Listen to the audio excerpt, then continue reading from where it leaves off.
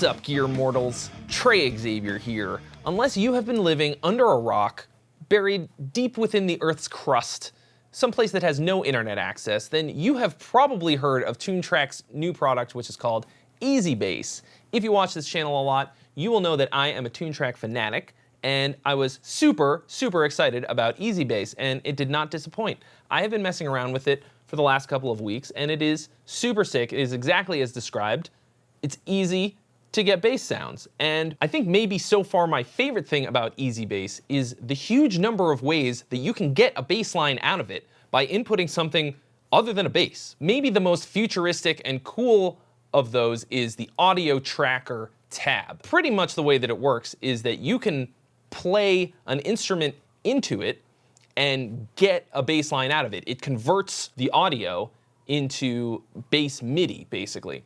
And it is extremely spot on. So what I'm gonna do today is to push the limits of what the EZBass Tracker can do by playing progressively more difficult riffs into it and see if it can keep up. So let's give it a shot. I'm gonna start off real simple, play something very basic and straightforward, simple rock riff. Let's see how EZBass handles it.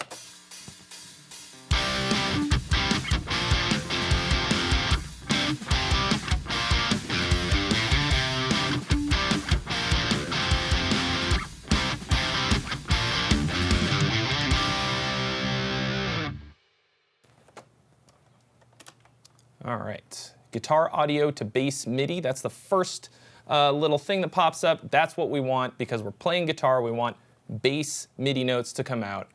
We have these other options, bass audio to MIDI. That's just if you're playing the bass and you want to convert it into MIDI. That's not what we're doing. And then percussive audio to bass MIDI. You can put in like hand claps or drums or anything, like a kick drum part if you want to generate just the MIDI from that. Then tempo, of course, we want the current tempo just to follow along. It'll estimate the tempo for you if you want, which it got it right at 150.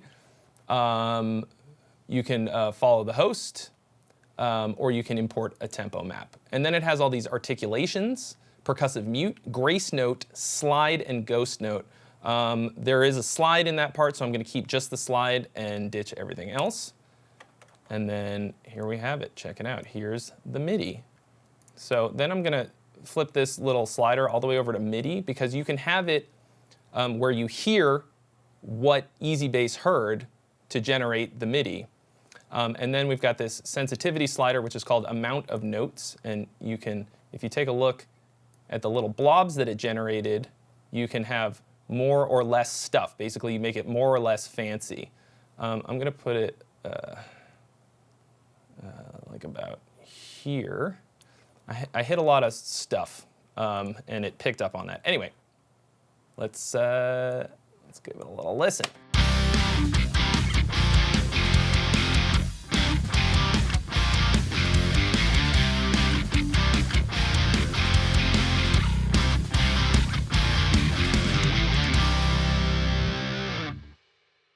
Sounds pretty much exactly right to me. Let's hear it just by itself.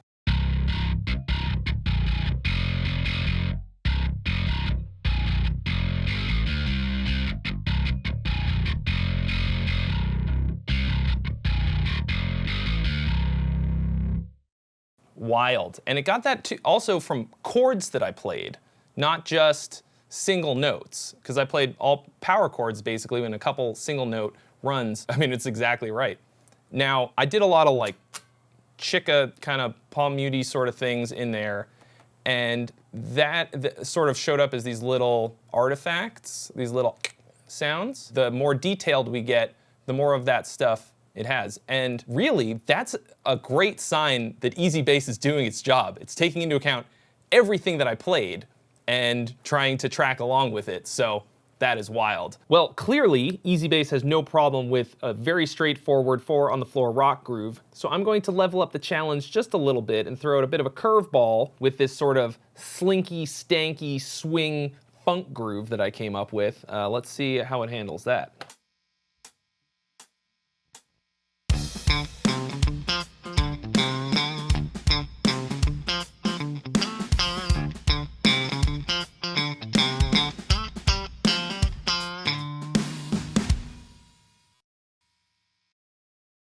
Okay, let's see. I think we want more of these kinds of things. Percussive mute, grace note, slide, ghost note. Yeah, let's see how that goes. I think for this style, that's a little bit more style appropriate. So let's hear how it sounds.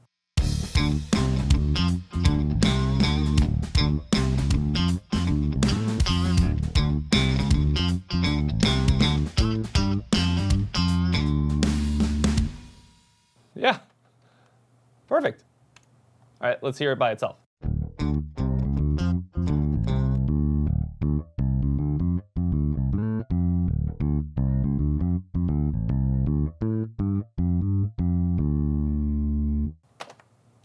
That's exactly what I played with the little slide and everything. So this is incredibly useful to me from a workflow perspective because I can use this to generate a bass line, and then I can mute the guitar part that I used to make the bass line and then record a guitar part over it like this.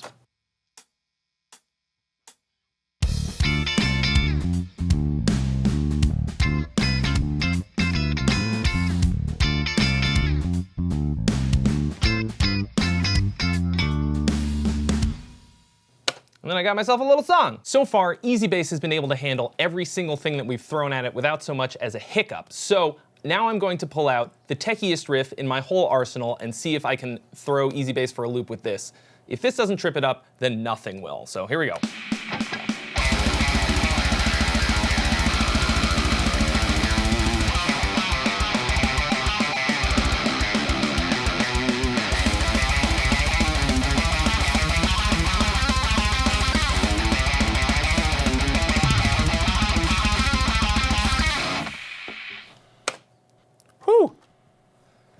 That one is a pretty beastly riff. All right, let's see how it did.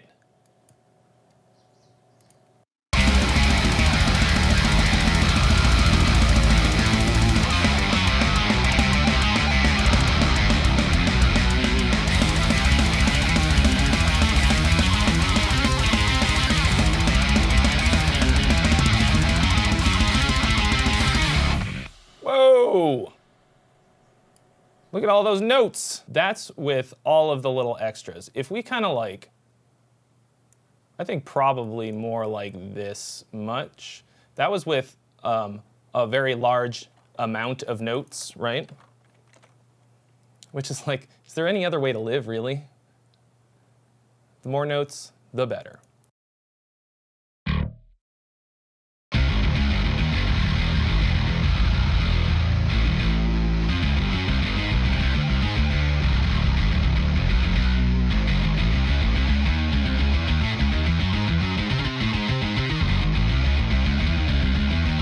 That's cleaner.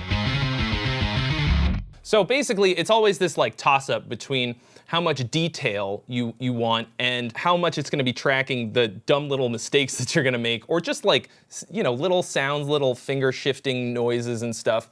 EZBass is trying to track everything and trying to get as much of the true performance as possible, and it might not know how to translate those little sounds that you're making because there's not, you know, not really a good way to do that. But it's so wild to me how fast it did this, how accurate it is. Even when it's not 100%, you're still saving so much time. What you just witnessed was one continuous take, one complete performance of the part. EZBass spits out this like 95% accurate MIDI 1 second later. I could, of course, go in and like tweak a lot of this stuff to make it like just that much more perfect. Like right here, there's just like a little thing that happened just because I turned down the amount of notes to get rid of some of the other little things, you know, so I would tweak that to make it exactly right, but I played some wacky stuff. There's some really weird intervals going on in this riff, and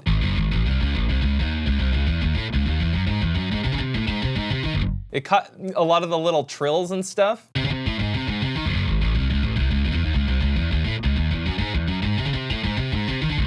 It sounds awesome. There is no human bass player alive who can learn something this complicated, this fast, in one take, and spit it out 1 second later as MIDI.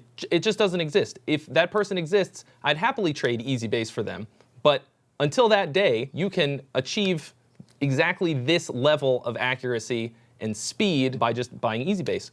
It's super sick, it sounds really great. Even if that mythical bass player did exist, you would definitely not bother paying them just for to come and record for your songwriting sessions. So that's why EZBass is the bomb. You buy it one time, and it's your session songwriting bass player forever.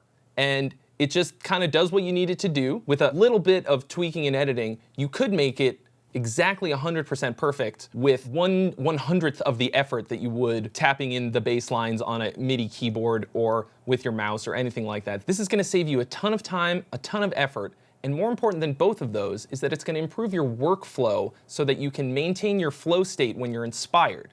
That's the most important thing of all when you're writing a song.